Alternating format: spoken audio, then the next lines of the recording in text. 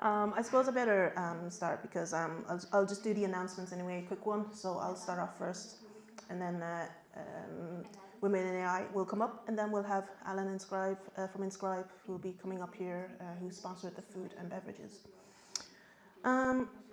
So for those who don't know who PyLadies are, PyLadies Dublin is part of a PyLadies kind of global initiative, and we kind of launched during PyCon 2013 here in Dublin, because I thought, why not?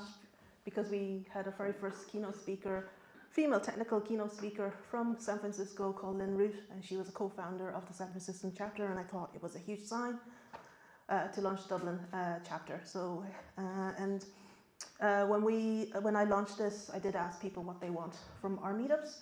So for those of you who have never come to our meetups, it's kind of very different to the usual ones that you go to, where you have 2 talks and a break in the middle and go to a pub or something. What we do is we try to, if it's an in-person, not like today, but we encourage people to bring their laptops. So we'll have short talks at the beginning and like lightning talks. And if people are interested in the talks, they can follow up with the speakers afterwards and do their own breakout groups. And then everyone else can work on their own projects, or they need help setting up the dev environment, or just want to learn about Python, or just want to chat. You don't even have to bring a laptop. Because in all those years, in fairness, I've only worked on my laptop twice or 3 times because I was just talking a lot. So in the team at the moment right now is my husband, who's on the camera right there in the back. He's Michael, or Mick, and then Leigh, who can't be with us today. She's kind of busy. So mainly it's the 3 of us running PyLadies each month. At the moment, because of COVID, we've been doing a lot of our events online, and we normally stream live. But today's event, we're just recording, and it's not streaming live, so don't worry about that. If you say something wrong, especially the speakers, if you need to say something again, feel free to do so. I'll just edit it. So I do also kind of want to share some diversity events for people coming up from around Ireland. So here are some of the ones. I won't read them all out. I'll share these slides out after. If you've signed up on RSVP.meetup, I'll send a post-event message and I'll link to these slides so you can actually find this information as well. And yes, I have a link to the site there, where it's a very basic curation of a basic site, but lists all the events, including diversity in tech events around Ireland. And you'll also find diversity in tech groups from around Ireland and Northern Ireland there as well, so if you're interested. Some more related to Python. Python Ireland runs a monthly meetup on the 2nd Wednesday of each month. So the next one is in June. So you can find the information on python.ie or on Meetup. And then the Linux developer meetup, I'll be saying a few words about EuroPython, and they're going to be talking about Python related topics as well. So talk about EuroPython. I'm actually, for those who don't know, they are coming to Dublin on 11th to 17th July, just down the road in the convention centre. And I'm actually one of the organisers on the team as well. So just a bit of an overview. It's a week-long event, and the first 2 days it's tutorials and workshops. Then Wednesday to Friday is the main conference. So you have lightning talks, keynote speakers. So they just announced one of the keynotes, Dr. Patrick Kavanagh, who worked on the James Webb Telescope, Space Telescope. And then we have various events during those days. And then on the Saturday and Sunday, it's like a hacking weekend, so it's a sprint. So you can bring in your own project, or you work on other people's open source projects, or there might be some core developers or working in libraries that you might be using. So, and those 2 days are actually, you don't need a conference ticket. You can turn up a laptop and see what's going on. So you need to check out their site for more information. So some of the events that I'm mainly involved in. So it's PyLadies lunch. So if people want to go to EuroPython during the conference days, one of those the lunches will be a PyLadies lunch. So we're just trying to grab as many people who are from PyLadies from all around Europe to come along for lunch. And Lynn will be there, the one who I invited, who started this whole Dublin PyLadies chapter, or got me started a whole chapter. She will be there as well. She confirmed it with me. And then there's a beginner's day for people who want to learn about coding as well. And I'm running a Django Girls workshop. So it's a beginner's Django workshop which is free. You don't need a conference ticket for this one. You need to separately register for it. But I am looking for coaches, but applications if you want to join that Django workshop is open right now. If you're into electronics, there's a games console called Pew Pew. The creator himself will be here, Radomir, who will be doing that workshop with CircuitPython. And then there's Transcode, a full day event. So if you know someone who's interested in coming to Transcode, it's also a free event. You don't need a conference ticket. You need to register separately. And if you want to be a coach or an ally in that event, do let the team know. And then MakerFest is again around. I'm still have my maker advocacy hat on. If people don't know, I have lots of hats on. In the past, I was a maker advocate, so I want to highlight the local makers here in Ireland and maker spaces and educators. So this MakerFest is where we're going to bring around some of the activities in the at EuroPython. And there's going to be a general makers table, and because there's also free child minding services at EuroPython, so if people have kids who want to do some coding or electronics and stuff, we'll have someone from, I think the Microbit folks will be there, the Northern Ireland Raspberry Pi Jam folks will be there as well. And of course, communities like PyLadies Dublin, Python Ireland, the Dublin Bikes community, and also developer groups and so on. I've invited them to come to be community partners with EuroPython, so you're going to see a lot of various different local tech communities there as well in the mixer, and there's lots more other stuff happening as well. So, but if you're interested, we are looking for volunteers. You want to be a coach, a mentor, facilitator, invite people to come to EuroPython, of course. Come to the sprints if you have projects, and help us spread the word on social media. Yeah, I think I just said all this already. Registration is open for the Django girls. Transcode should be there as well. And then, and of course, if your company is interested in sponsorship, let us know as well. Any questions? Go to europython.eu. You'll find all the information there, and come talk to me afterwards as well. So, Hack the Hub asked me to give a shout out about their event. They're coming back to Belfast on Saturday at the end of May, and there's only less than 5 tickets left, is what they told me. So hackthehub.com if you're interested, check that out for more details. And near the end, this is our next meetup is a workshop with Gina.ai. So it's going to be a remote one because they are calling in from Berlin. So if you're interested, it's a free workshop, online workshop.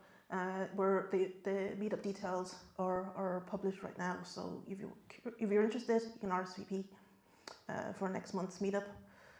And of course, the like and subscribe, because I'm doing YouTube's digital content now. And at PyLadies Dub is our Twitter handle. So if you want to tweet out to us, do feel free to do so and take pictures.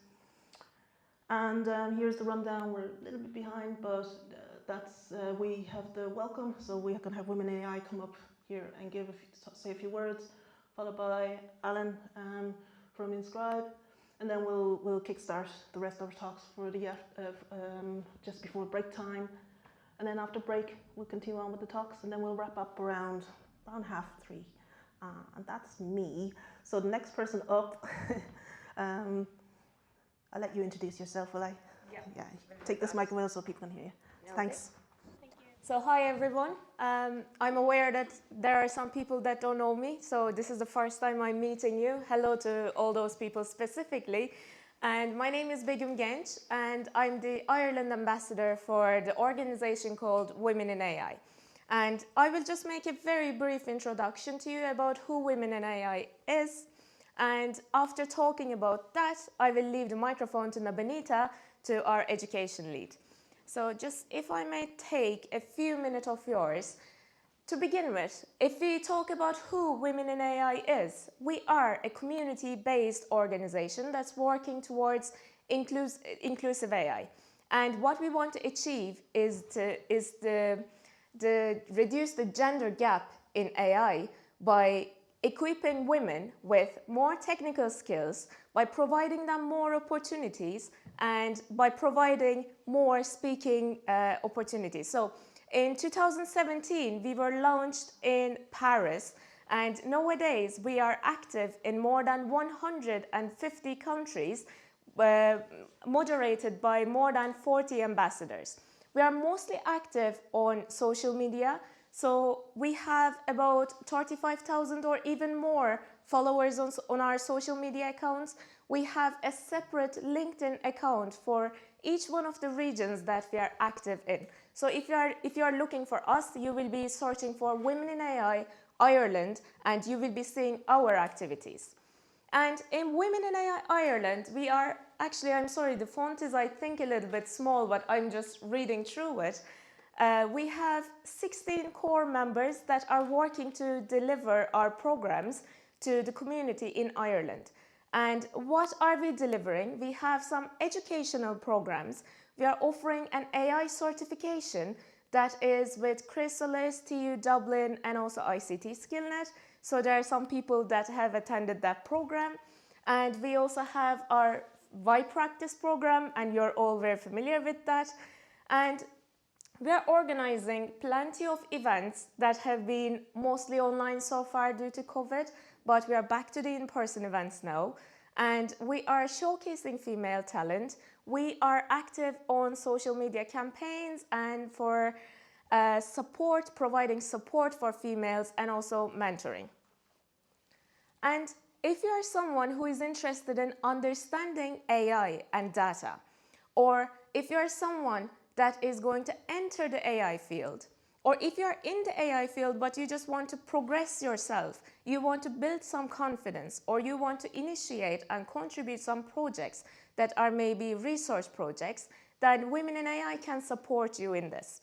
And we are here for, well, this is our motto. We say that we are bringing all minds together for an inclusive AI. And this is the 16 people that I was mentioning to you. We are from all over Ireland. And my name is Begum Genç. And we have Nabanita here today, who is the education lead and the mastermind behind the WaiPractice Programme. And we have many other faces that you may recognize in this room at the moment and in elsewhere as well. And just as an upcoming event notification, we are planning to have an in-person event. Actually, we said that this is going to be on the 25th of June, but the date is debatable at the moment. I think we are going to change the date. But around the end of June and the beginning of July, we are going to have an event. And that event will be based on building confidence and entrepreneurship tips and how to have a career in artificial intelligence. If you are interested, please keep an eye on our LinkedIn page. We will be making our announcements there, and it would be amazing to see you all in that event. And now I will leave the microphone to Nabanita. Thanks for listening to me, and I'll see you later. So I am Nabanita Roy. I'm a data scientist at ACI Worldwide. I welcome you all here. Thanks, Vicky, for making this possible. I was really probably not expecting an in-person event after COVID, so it feels really nice, and many known faces from the COVID times. So let's talk a little bit about BioLearn. Many of you might already know about it. It is an Ireland exclusive educational program in which we have two separate programs. One is WiseCert. Begum has already introduced it. It is in collaboration with TU Dublin, ICT SkillNet, and Chrysalis. Yeah. And we also sponsor candidates over there. If you're interested, please find out from our website. And WaiPractice is a platform which we give for people who want to learn, who want to practice their skills, know from experts in the domain, and if you're an expert and if you want to practice your skills, this is also the place to go. The difference between WiseCert and WaiPractice is whereby WiseCert gives you an opportunity to bridge the gap if you are not from AI background, right? And you want to get like a certification which is kind of a blocker for you to progress into the AI field. WiseCert is the way to go, and WaiPractice is where you want to practice more and more and improve your profile. So the structure of WaiPractice is basically about 2 to 3 months of work with your mentors, and then you basically learn. That's it. That's all from my side, and then I'd like to hand over to Alan. Thanks, everyone. My name's Alan. I'm an engineer with Inscribe AI, and we sponsored the food and things here today. I just want to say thanks to Vicky for giving us just a minute here to be able to just talk about Inscribe. It's only 2 minutes of a plug, I promise. We're an Irish-based kind of SaaS company, and we do automated fraud detection for financial institutions. The 3 services we provide are kind of verifying that documents are legitimate, that they haven't been edited. If companies want to, they can also ask for credit analysis. So if you give us a statement, we can run down through that and we can give you balances. We can kind of give you an idea of the health of the document or the statement or the accounts that you might have had. And we also provide secure document collection. So that's so that you get into that email back and forth of ping pong where you're trying to collect documents and there's people time out and you don't get your documents. Also email up in a very secure medium. They're the 3 core services we have, and we're building actively on that suite of products. So I suppose how it works is you apply for a loan, we'll say with Big Bank Incorporated. And what Big Bank do is they use our Collect portal, which is our secure document upload, to send you a link, and then you get a little white labeled kind of file drop. So you drop up your PDF for your bank statement or your ID or whatever it is. Then in real time, we submit that to our AWS stack. We run, Louise and Rachel run machine learning on that. And we come back and we kind of give a health score, whether we think that document is real or not. And as I said, additionally, we can do a credit analysis on that. So we can kind of say, like, what's the credits every month? What are the debits every month? What's the balance? Does the statement actually add up for what we're doing? And then the companies that are using us, their underwriters then kind of automatically speed up their process. So we have a lot of numbers of like 200x kind of like faster and all that, but this is an engineering talk, so I'm not going to get into all the marketing and that's. So this is my slide. You can see I diverged from the product and the marketing.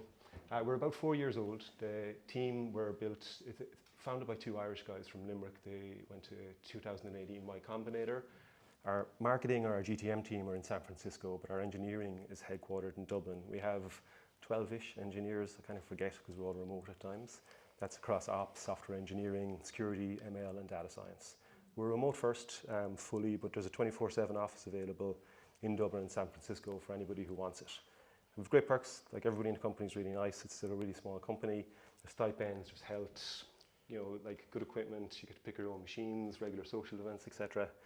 And from a technical stack then, we're API first. We're like full CI, CD, and that's continuous deployment. We're cloud native, fully scalable AWS stack. We've very good ML ops practices. We're purely Python and Django at the moment. We have got a Series A in 2021. And we have Series B ambitions for next year, and this is why I'm here. We're going to be hiring, and we just want to kind of get our profile out there. We have had great success. We've got a lot of really good customers, mainly based in the US at the moment, but I think we're going to expand into Europe, so some of these names should be more familiar to us if I'm standing here next year, hopefully. Our platform then, I'm not going to go into all these things, but I'm just going to hand you over to Louise here just to quickly talk about some actual engineering talk while I hand the microphone over. Thanks, Alan. So I am a data scientist at Inscribe. Have been working there for about a year. As Alan said, our bread and butter is fraud detection.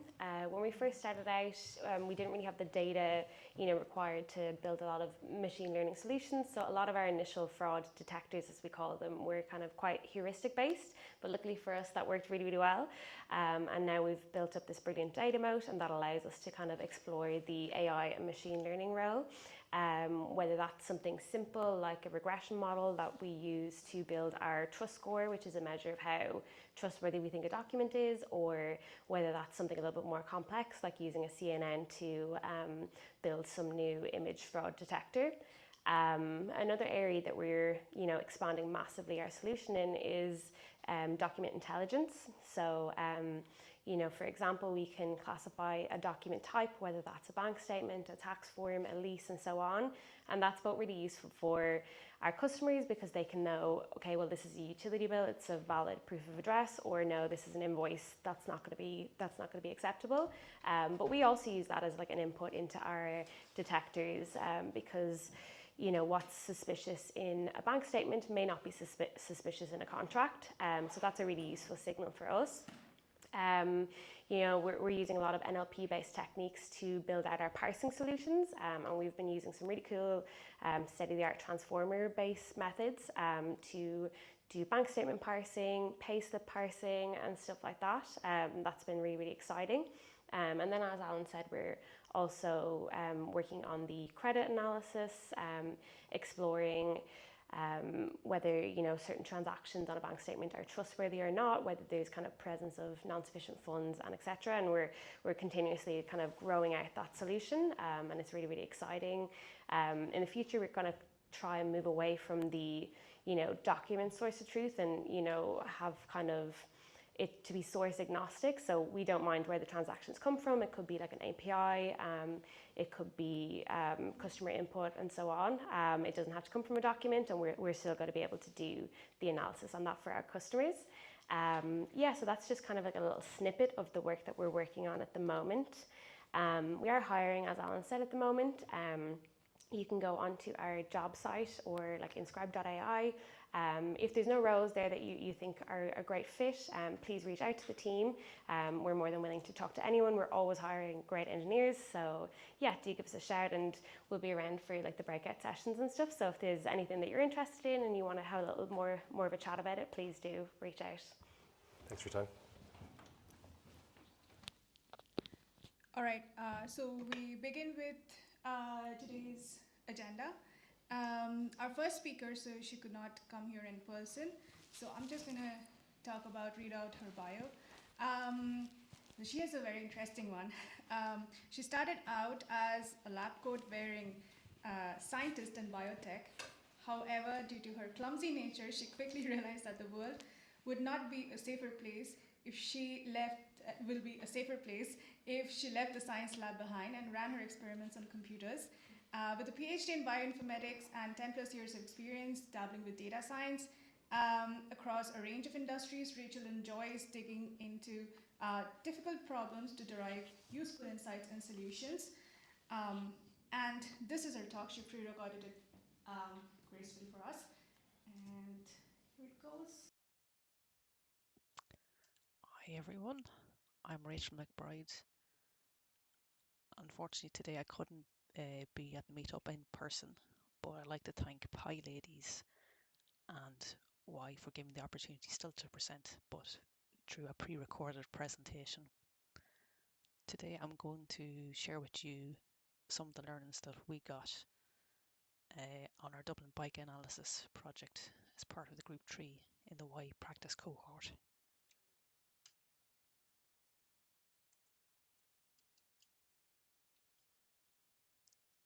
So I was a member of Group 3 with VJ in Syria, and we were lucky to have Anna as a mentor, a fantastic mentor. And we chose to look at the Dublin bike network and try and understand the flow and the usage of bikes through that network. So for those of you that are not aware, Dublin Bikes is a rental scheme based in the Dublin city centre where you can pick up and drop off bikes across a number of stations in the city centre. For our analysis, we use data publicly available from the Dublin Bikes on Smart Dublin, the website down here. Unfortunately, just due to the ups and downs of life, VJ, Syria and Anna had to drop out before the end of this project. So this talk today, rather than focusing on the analysis of the Dublin bike data in particular, in this talk I'll focus on sharing some learnings that I gained personally from engaging in this experience. And these three learnings are: 1, Pandas data frame value counts can be used to gain useful insights from large tabular data sets. 2, SQLite is actually a really useful database engine. And 3, Pandas has useful time and date functionality built in, which I never realized until this project. So when we first get a data set, it can be quite large, and we want to use a number of functions to try and understand what sort of data we have within this data frame. Info, head and describe are useful functions when we were trying to do this initial exploration. For example, here with info, this quickly tells us there's over 10 million rows in the Dublin bike usage data that we had, with 11 columns, and the column names and the data types in each column. The head function actually returns some example data for us from the data set, so we can actually see the values that are in each column. And describe provides some very useful information on the statistical distribution of the values for each of the numerical columns. But this is for the numerical columns. What about the categorical variables that we have? So we can actually make use of the pandas data frame value counts function to understand the categorical columns. And in this project, we took value counts, we wrapped it up into a reusable function called getFreeCounts. And this function takes a pandas data frame, and for each column in this data frame, it first identifies the number of unique values and then returns the top most frequent and the bottom 10 less frequent categories for each column in the data frame for both numerical and categorical columns. So over here on the left, we see this in action, that it tells us for the status column, we have 2 unique values, 9 million rows are open and only a few are closed. On the right, using this function, it quickly tells us for the name there's 115 different bike stations in the network, with Smithfield North being the most frequent with over 9,000 entries, and Broadstone being at the bottom, being the least frequent.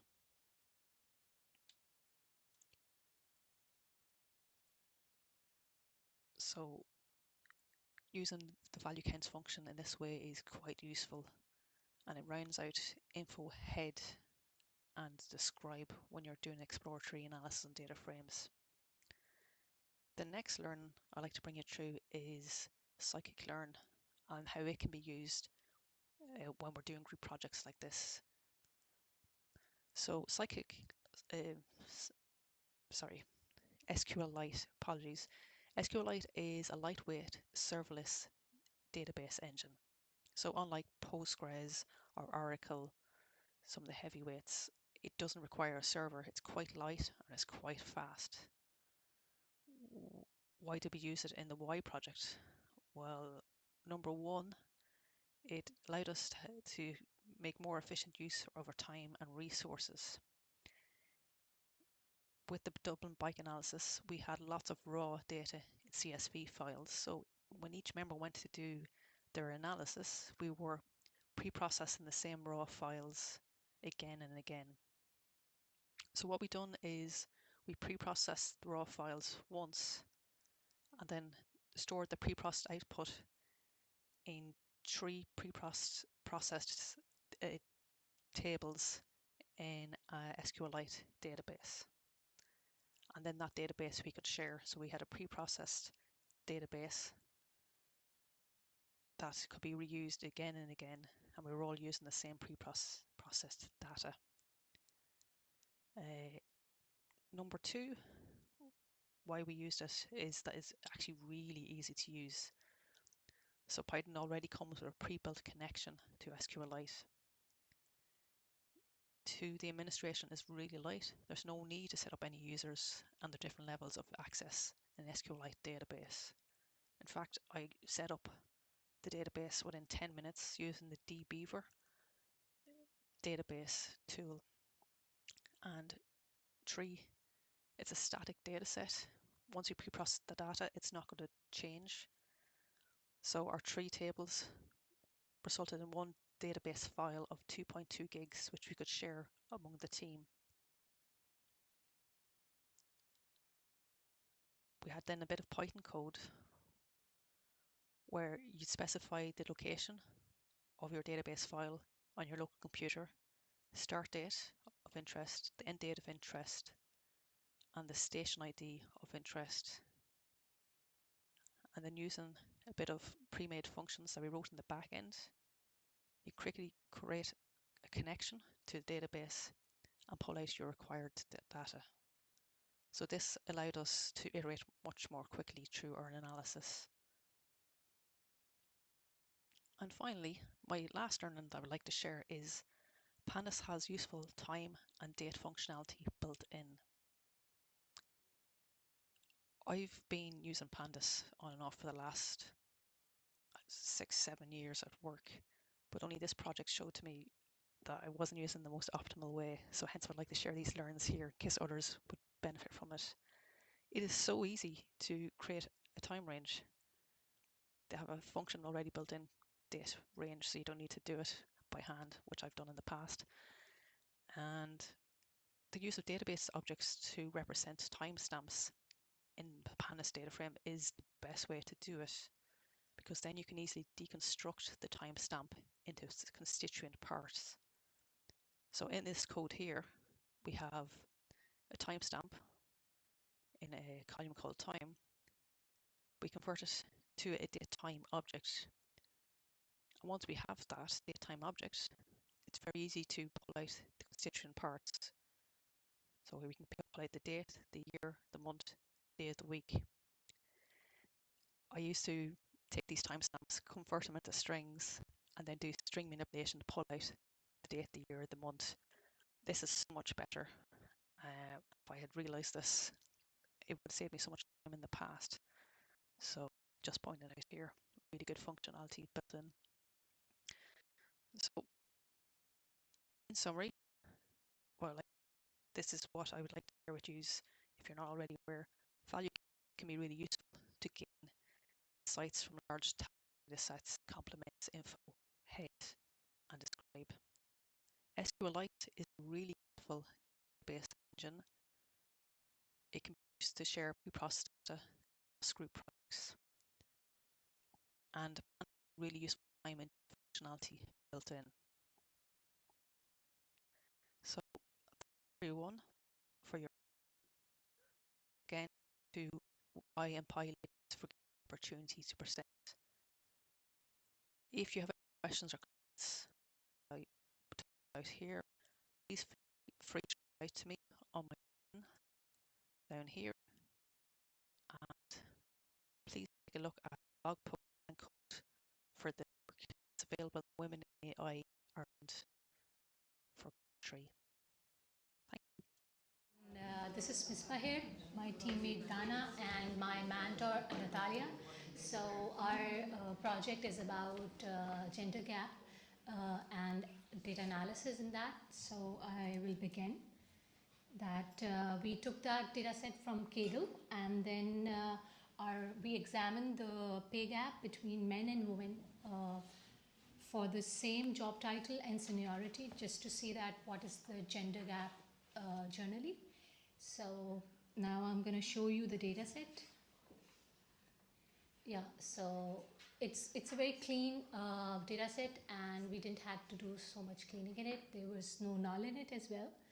And so you can see that there's title, then there's gender wise, and then there's age also, there's education and the department they work in, the seniority and the base pay and the bonuses.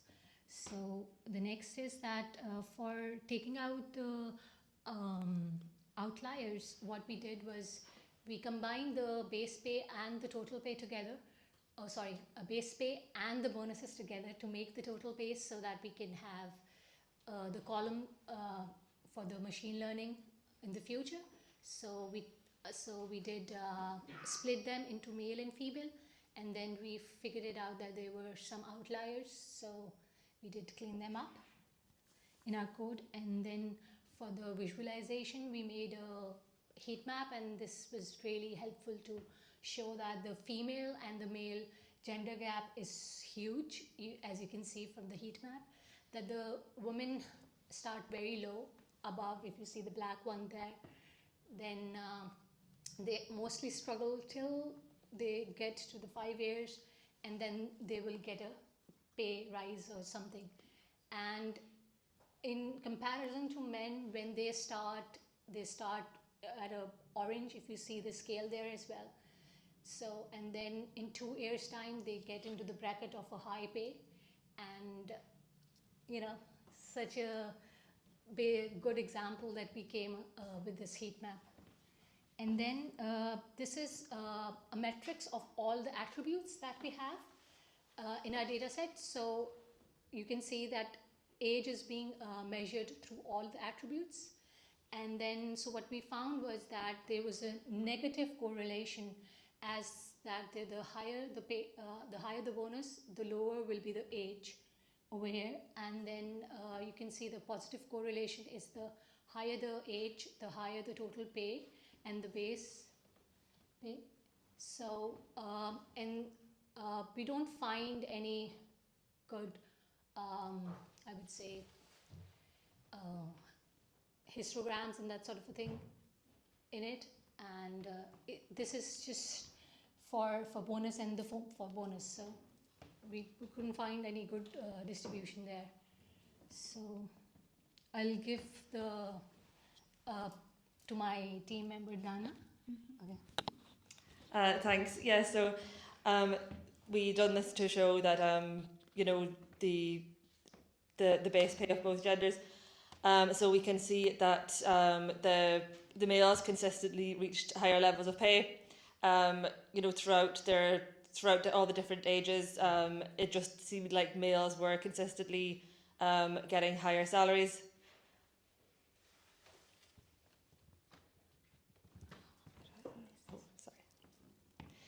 And yeah, this is a scatter plot as well. So from this visualization, you can see the higher levels of pay that you can see from the blue circles, which are males. You can kind of, this was good for kind of identifying the patterns. You can see kind of different. You can just see where women and men were in both in terms of the wages. So on the right is just a very simple chart showing the base pay and bonus. It shows again that, yeah, this one is very simple, but it showed that men did get overall, you know, higher salary, higher bonus. So the frequency distribution chart is to show the frequency of outcomes. So it shows the number of occurrences. You can see again, this is just kind of showing a similar thing, but it just shows in a different way that throughout their careers, men more often do receive a higher rate of base pay. So this is the machine learning part where we did the multiple linear regression model. We applied that, and I first time learned to use label code over here. So this actually helped me to see to make education, gender, and job titles were the one that were not numerical numbers. So that's why label code really helps you put it into numbers through labeling them as like if there is 1, 2, 3, it will put Data transformation. Yeah, that's for data transformation, yes. So then we split the data, and the testing was split into 20%, and the training was done 80%. Then there was this scores, and we got really good scores. We added more columns into it. That's why we get a better score. So we include all of them, like we include gender, education, and job title. That really helped to improve the scores. So we are really happy with the scores.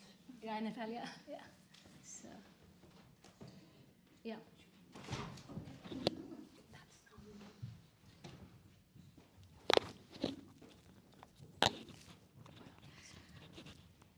So the modules that we used for this, we used NumPy and Pandas for the descriptive analysis. We used Matplotlib and Seaborn for data visualization, and sklearn for the machine learning model. So we made a decision tree as well. It was based on the features total pay, base pay, bonus, education, performance, evaluation, seniority, and job title. We split by gender. So this wasn't a great data set to do the decision tree on. It came out at like about 63%, but it was just for the kind of learning experience of doing one. So yeah, it was helpful to be able to use the data to learn about the decision tree as well. So just in conclusion, so everything that we learned, so it was actually both of our first time using Google Colab. Neither of us had used it before. So that was really interesting to be able to find just a different tool to use. It was really good for learning data visualization techniques. We both learned about Matplotlib and Seaborn. So we did learn to kind of how to kind of interpret our results and infer results from what we'd seen, and I mean, I suppose last but not least, it did show us and we did learn a little bit more about the gender pay gap between men and women. So yeah, thanks. So then here we have the model. So then we here have the information about age, and then performance, evaluation performance, and then gender, and then other information that I don't really remember right now.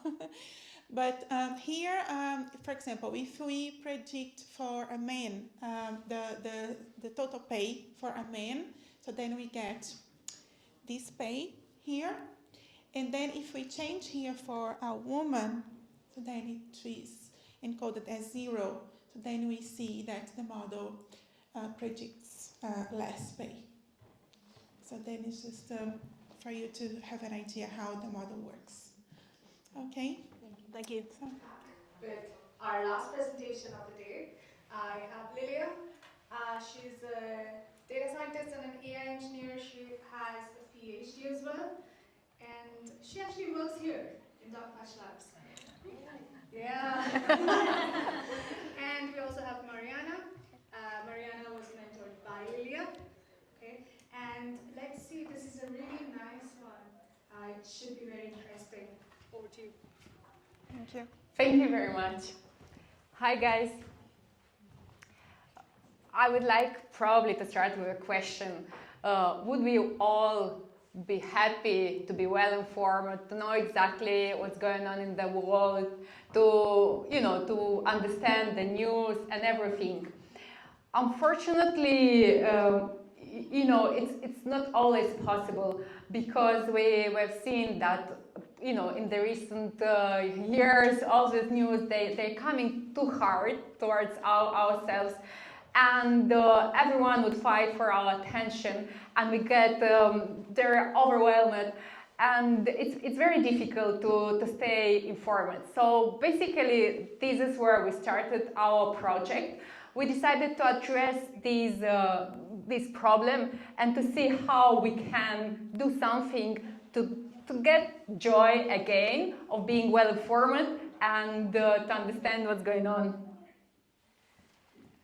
Thank you. Especially with the current months of May, if you don't know, this is a month of mental health awareness. So, and this project kind of coincided well with this month. And we, as Marianne mentioned, we developed an application, a tool, we call it Smarty Filtero, to be able to stay in control, and to be aware of news, but at the same time not to be overwhelmed with the news feed, especially in our current times. And with this tool, a user would be able to select news on a desired topic, or with some particular filters which we'll talk about, and he will be able to subscribe to his newsletter and get newsletter to his email address. And in our current presentation, we're going introduce our team, and then we're going to talk about technologies we used in our project and lessons learned from this work, and also about further steps we are going to take with this project. And the word to Mariana. Yeah, let me introduce again Lilia. So she actually mentored me and guided me, and she's experienced data science and I engineer. And what I liked the most, it's her motto. So basically, Lilia believes that if you put all the great work into something, the universe will help you. So I think we are getting there. Yeah, and Mariana, she's an expert. She's really touching AI in her daily work, as I understand, and she works on supporting organizations with their solutions and consulting them on them. And now she decided to dig deeper into this and being actual contributor to this world and understanding it from inside out. And she has also like great mottos, and I totally agree with them. So for agreements of life, I believe from Don Miguel Ruiz, and you can read them on the slide.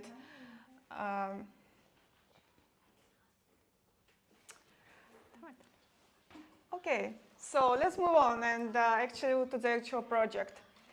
And let's. Because we're on a PyLadies, right? We use it a lot of Python. So basically, we started with data mining. It was very challenging for me as a beginner.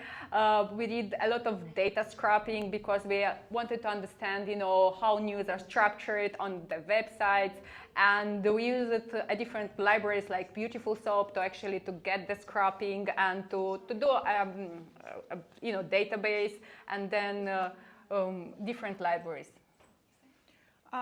Yes, so the main language of our tool is Python. And for building web applications, we used also Flask. It's a very user-friendly tool, which allows for a non-developer, for a non-web developer, to quickly start and building web applications.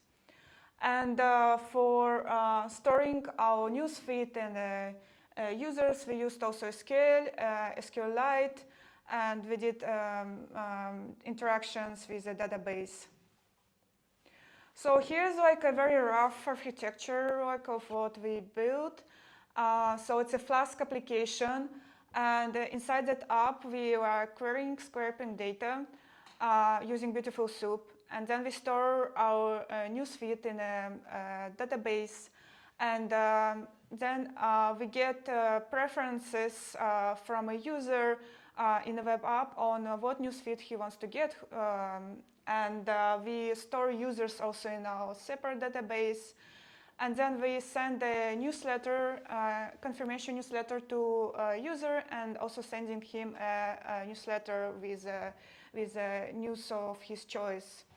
And these are like other steps which we didn't have time to implement yet. We will talk about it. It's the dockerization of app and making it public on a public API and hosting it in the cloud. Okay, so after this step, let's me quick jump into application, show you inside out what it is there. So here you can see my editor.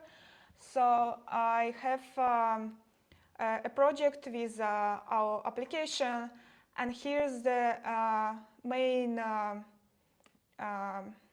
script, which I will quickly walk you through. So we are having, okay, let me scroll it up. So we are having a GET request where we suggest user to select a source. You see here like different Reuters, BBC, CNN, Bloomberg, and other sources, or all sources. A user can select topics, technology, entertainment, politics, all topics. And time bet option, it's what we introduced, particularly for this project, and probably the most important. It's how stressful, if you want to avoid stressful news. So it basically filters out all stressful news and which can trigger your anxiety. And the news time, when you want to send your newsletter, it's in the morning, it's in the evening, or it's just a weekly newsletter at the end of the week. And here's like a post request where we get all this information from a user. And here you can see that we're adding a user to a database. And then we send him a confirmation email. And here's like a message store to a user. And then we send him his first newsletter of his choice. And then if that was all done successfully, then the page is updated and with a success status. Otherwise, it's like a failure status. Hopefully, we will not see a failure status in this demo. So let me actually try to run it. Oh yeah, before we run it, let's also show you interaction with, it was like a particular interest to us to how to send newsletter from email from Python. And it's actually quite straightforward. So actually, let me show you like in the app because I added it on top. So here's this like a send newsletter email. It's a SMTP client which is able to get email address and password from an email which is used for sending emails, and then it's gets like this.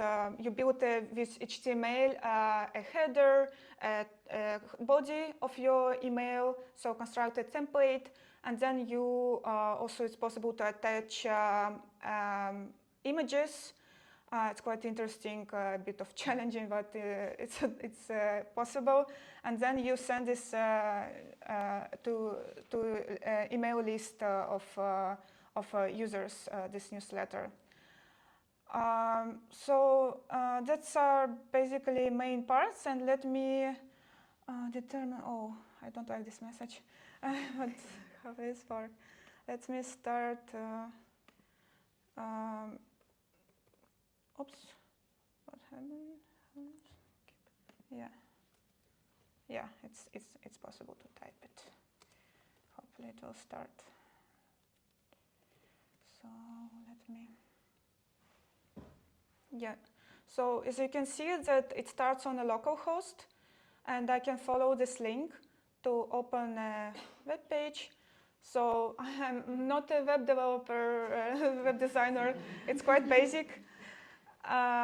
But yeah, so you can see here that we can select a source of email, and then we can select topics, I don't know, like innovation, markets, and time-bed mode as well. No, yes, I will talk about it, what we use for time-bed mode. And then like how frequently you want to send this. And then I like enter, I don't know, like my name and email address, and hopefully it should work. And then I click like subscribe button. And then it renders that and sends this post request to our service, and then we it should be able to through SMTP client to send. So yeah, you see this green screen. Glad we successfully sent the email, and we should get like 2 emails. Like first is newsletter subscription. So you can see here this is like a penguin with a mustard with a mustache, and so thanks for subscription to our Smarty newsletter, Smarty Filter newsletter. And the second is our like. It's like your first newsletter. Hello, person. Glad you subscribe to our service. And here's like newsletter on a topic. I don't remember, select a topic environment or something like that. So it sends this, and you can click actually, and it will open news. So yeah, that's it for. Let's actually talk about what we planned to do and didn't do.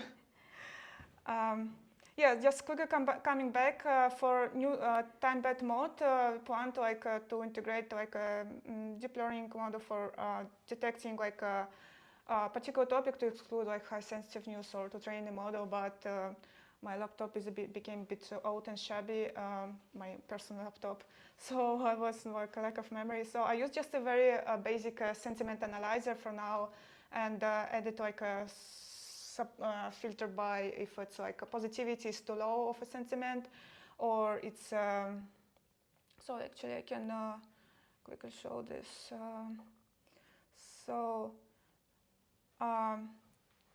Actually it's showing up. Yeah, so this is like sentiment analyzer from Analytica library, and it filters if positivity should be like some percentage more than some amount, and negativity should be less than a particular amount.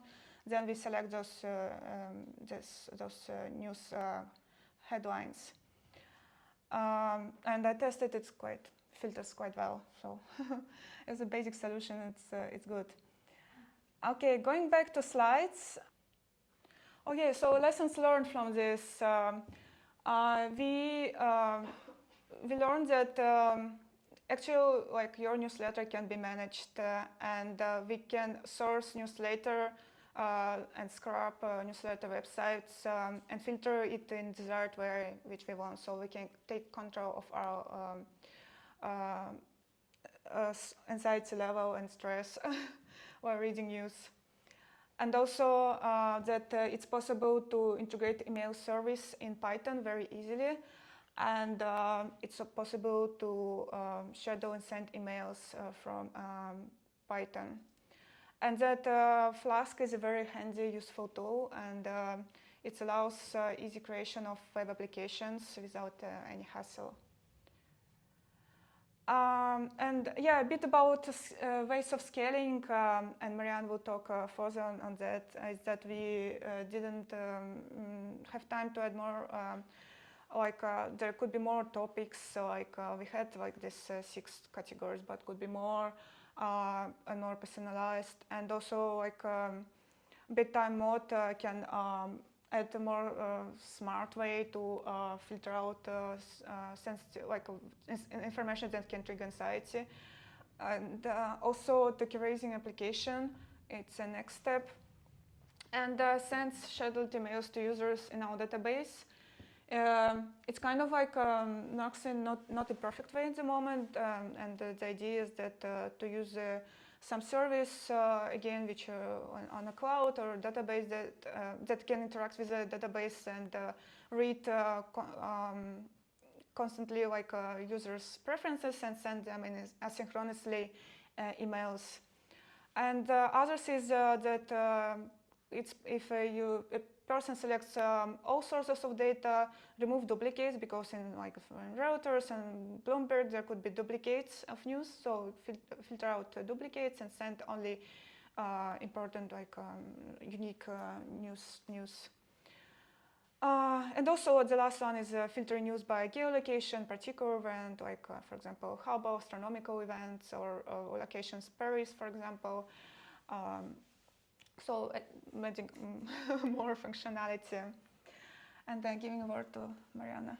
Yeah, so basically we are happy with outcome, and we saw that there is many ways to scale it and to actually to get it more intelligent and more smarter.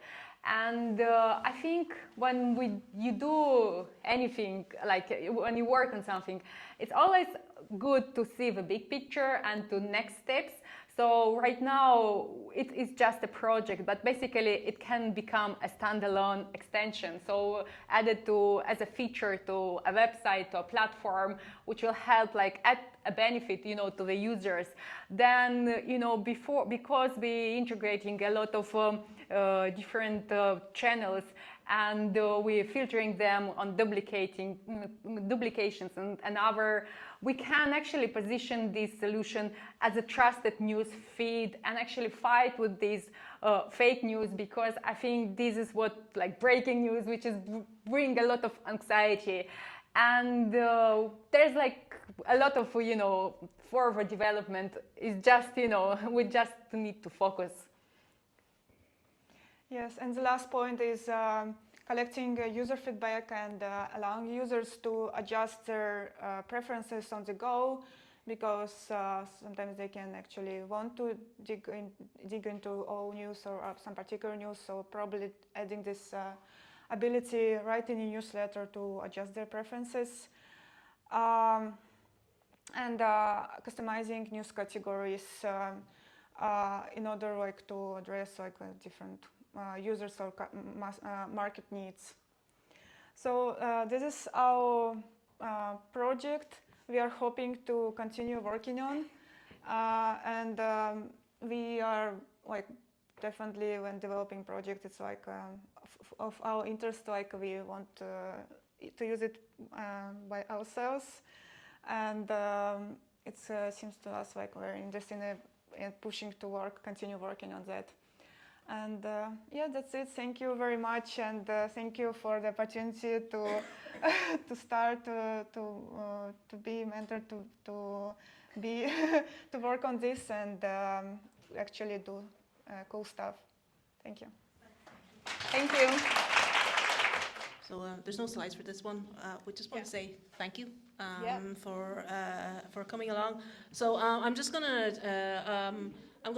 do. You can wrap up. I'm just gonna say thank you, everyone. And you have a few words to say anyway, so I'll let you officially wrap up. So from me, from PyLadies, thank you so much for coming along to this event, and it was great to work with you and the team. And you can. Oh, thank you. So it was great to work with you and the team. It has been like 2 months. This is me organizing for the first time. Really? Yeah. It doesn't feel like it. I learned so much from you. Well, it's been 2 months. Everyone working so hard. There was lots of ups and downs. No. I mean the mentors and mentees, not me. I was poking at Dogpatch to organize this venue space, and this guy was great, you know, working and getting food. But I'm talking about the mentors and mentees. Yeah. The amount of work. There's been ups and downs, and you probably, you know. But we all learn something from it, and everyone is doing this on their volunteer time as well. So I really respect that. It's quite tough. And normally our event is held on the 3rd Tuesday of each month.